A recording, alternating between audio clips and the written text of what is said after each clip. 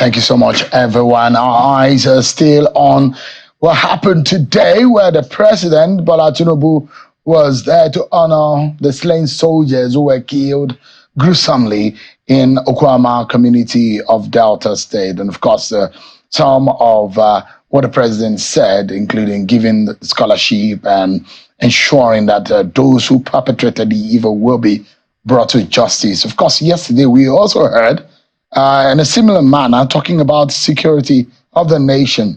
The president has declared that individuals involved in despicable crimes such as kidnapping must be treated as terrorists.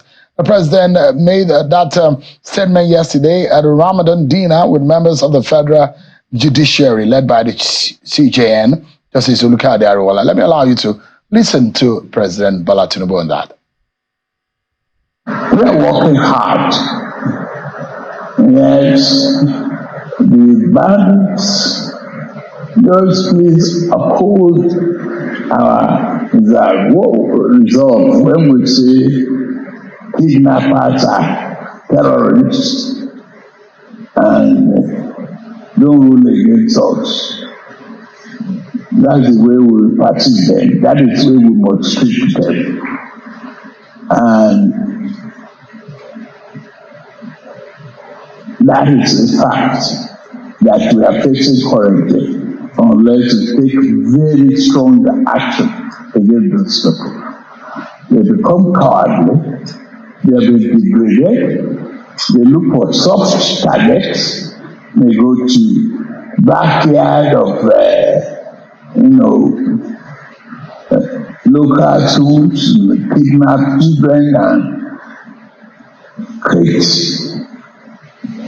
disaffection.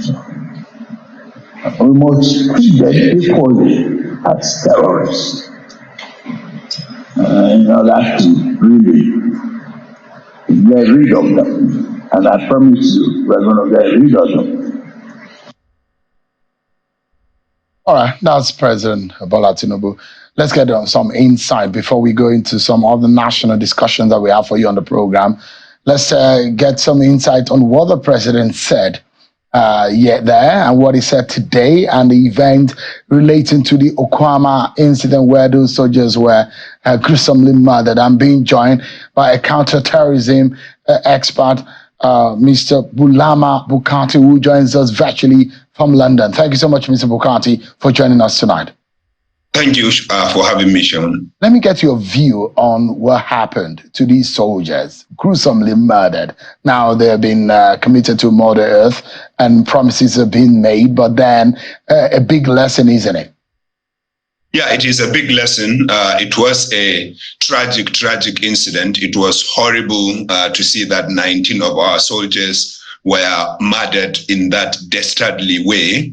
And showing the way they were murdered and knowing our soldiers and how brave they were would convince you that they were not fighting. They didn't go there to fight or to use force against anyone. That was why they were caught off guard and they were killed in that horrible way. It is a condemnable act. It was barbaric and unacceptable, and no Nigerian, no one claiming to be a Nigerian should harm our soldiers. They are our national heroes. They are sacrificing their night and day, their family life and their social lives. They are sacrificing every single thing a human being loves and reveres in order to keep us safe. And no Nigerian, no true Nigerian would like to harm our soldiers. But Sean, I was so happy, and I cannot describe how happy I was to see the president attending their burial.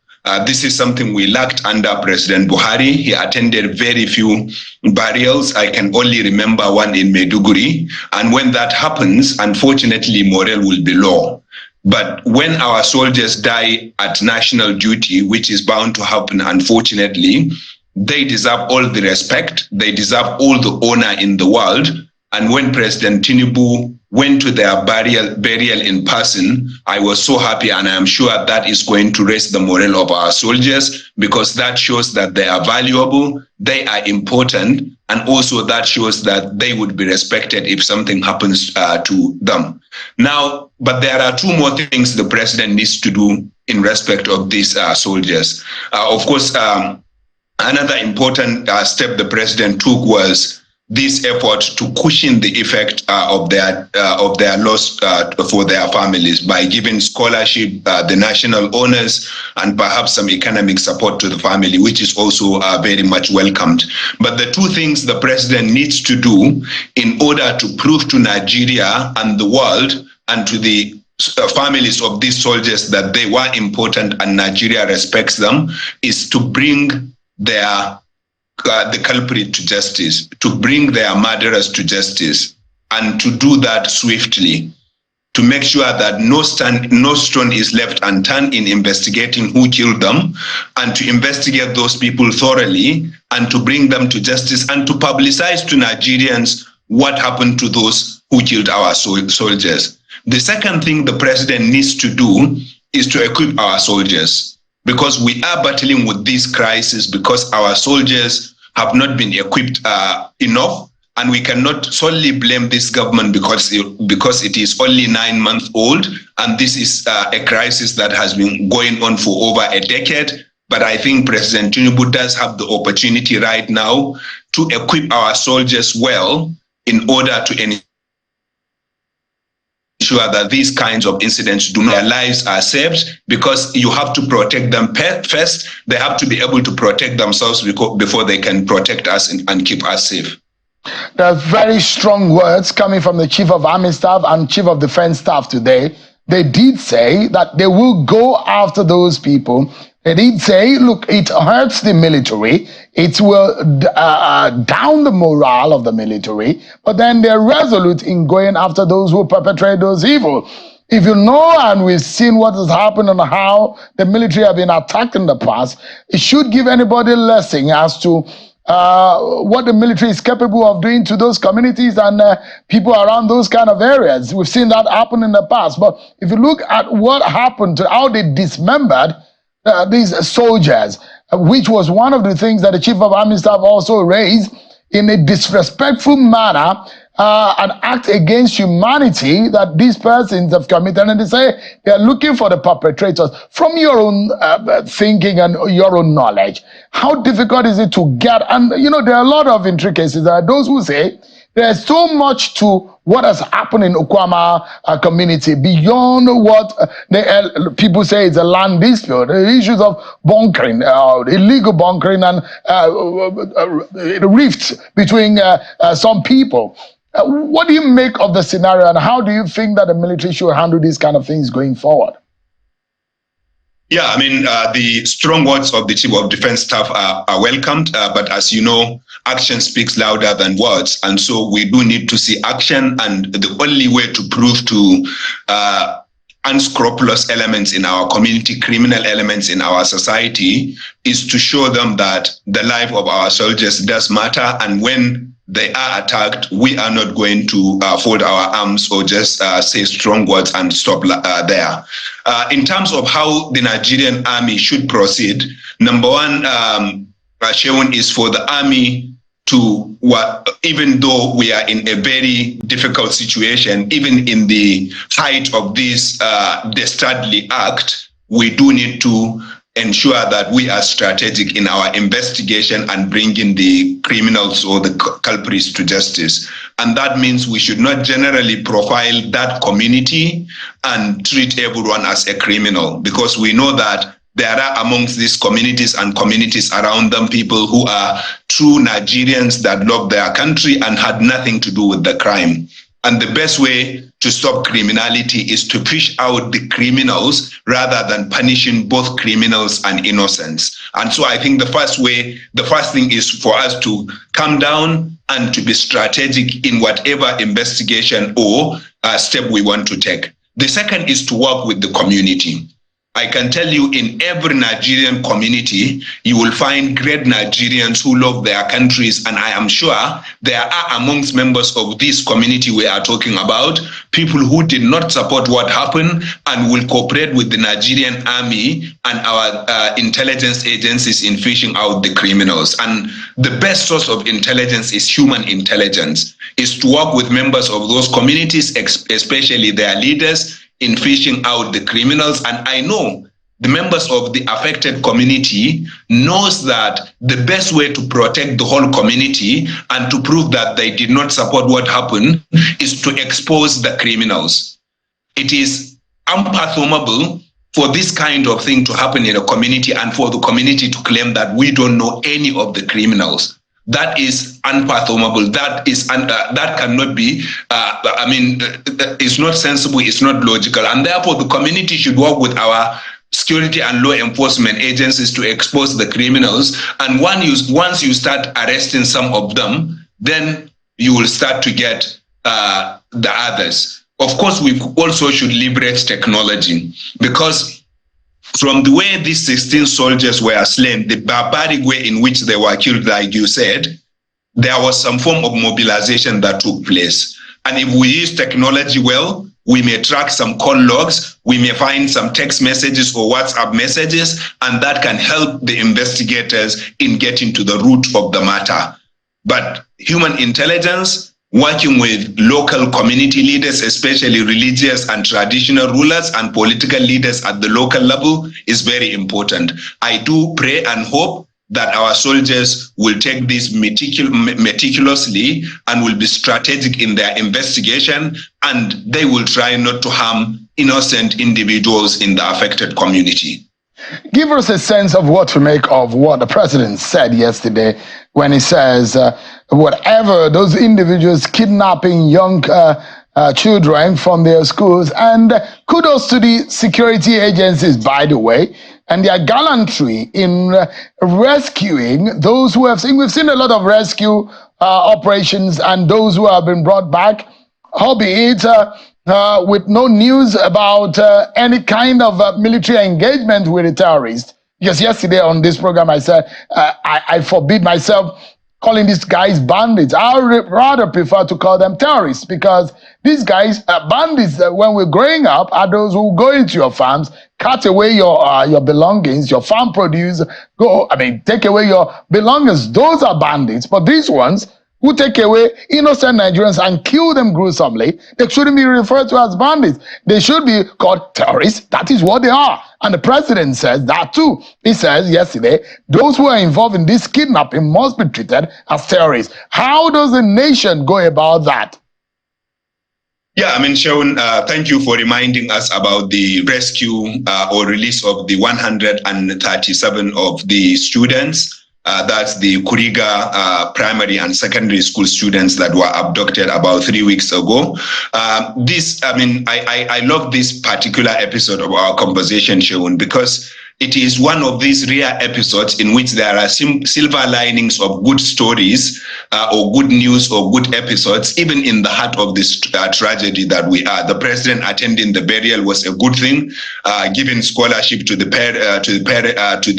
affected families and national honors was a good thing, which will boost morale. But also the rescue or release of this 137 is another good news that we must celebrate, even in the heart of this tragedy that we are as a country.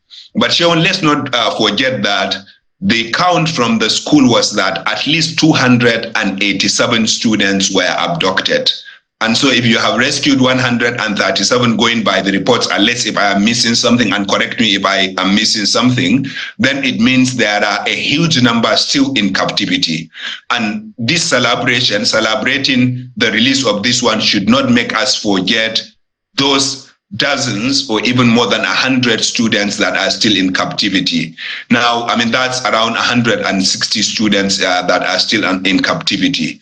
We as a country must make it clear to bandit terrorists that no single student of Nigeria, no single citizen of Nigeria is a fair game. And if they abducted a single person amongst us, we will go to the last, we will use the last atom of our energy in order to ensure that they are rescued, and we are not going to give them money or any concession in getting our students or our people back. Now, that's a message we have to send the kidnappers. Although, Mr. Bukarti, the governor of Kaduna State said on this program that some of the figures that are being reported are sometimes not correct, and from what he said, He told us that those are the figures of those students. I don't know what to make of that.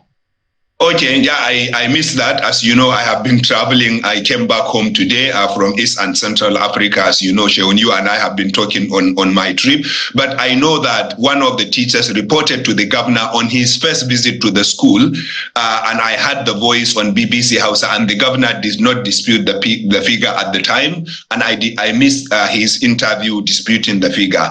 And Sheon, what is leading to these kinds of inflation of figures or uncertainty about figures is that whenever these kinds of incidents happen, government officials hardly bring out facts or publish facts and figures about the incidents. Remember that we have had about 10 different school kidnappings, 9 of them under President Buhari, 1 of them under President Jonathan, the Chibok school girls. In spite of all the publicity the Chibok girls received, nobody can tell you even today the exact figure of the children that were abducted. And that suggests to me that we don't even know the population of our schools. Because if you know the population of your school, the population of students in your school, and there is an attack, you just need to count those who are present, and then you can give interim figures. And if others are discovered later, you can easily then update the figures and give the exact figure. But governments throughout the states have always woefully failed to give us figures when there are incidents like this. And that is why almost in each case, we go by estimates, except in the case of Abducted, where we know it was 110 girls that were abducted. Now, that's why perhaps the figures were different from what the governor later said. And if everyone has been rescued, then we are so happy. But unfortunately, Sheon, there are another 200 IDPs that were abducted a day before this incident in Borno State.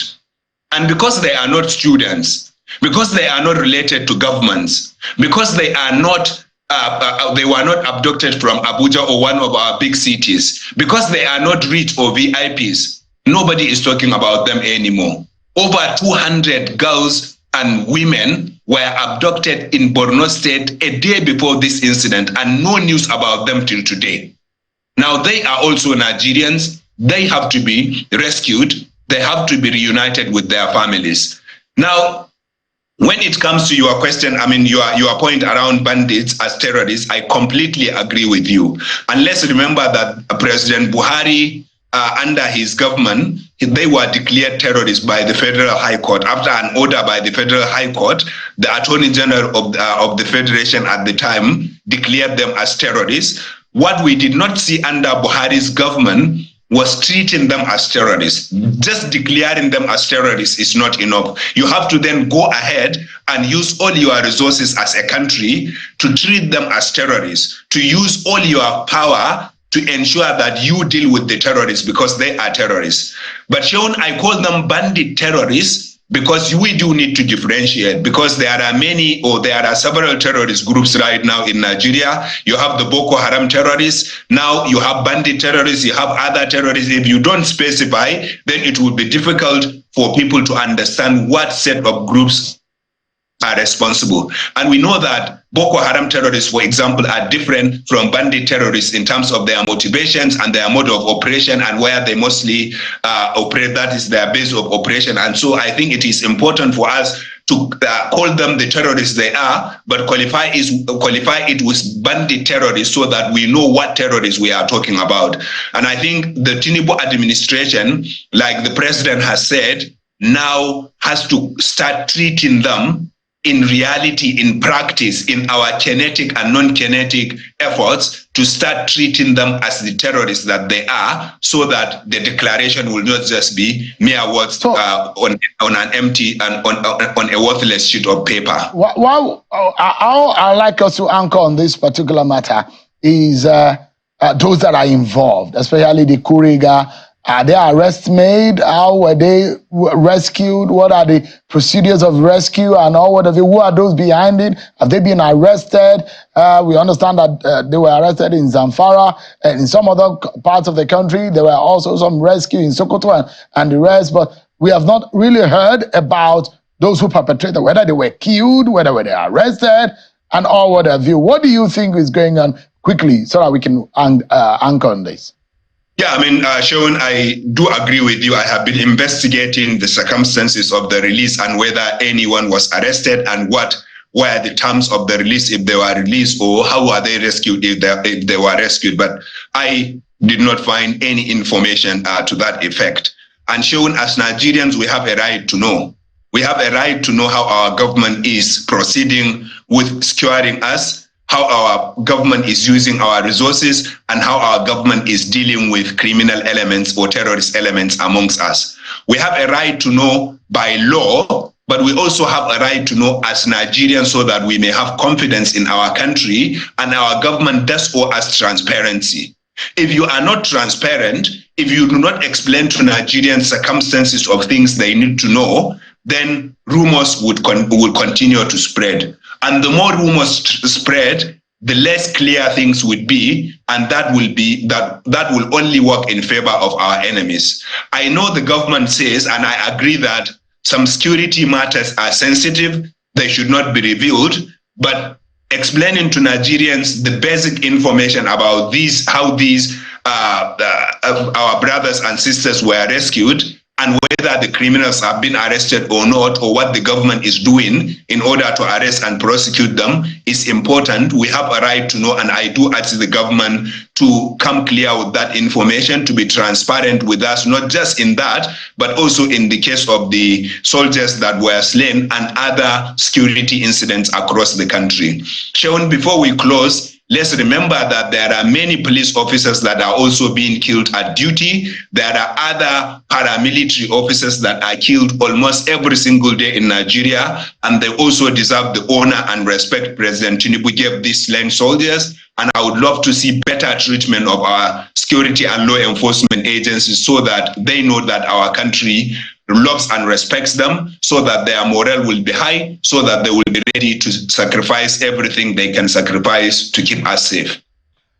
Bulama Bukarti is an extreme violence and terrorism expert who lives outside, out of London. Thank you so much indeed for your time tonight and your expertise that you have put into the perspectives. Thank you so much. Thank you, Sean. Excellent program as always. Thank you so much. I appreciate it. We love you. Thank you. Thank you. I appreciate it.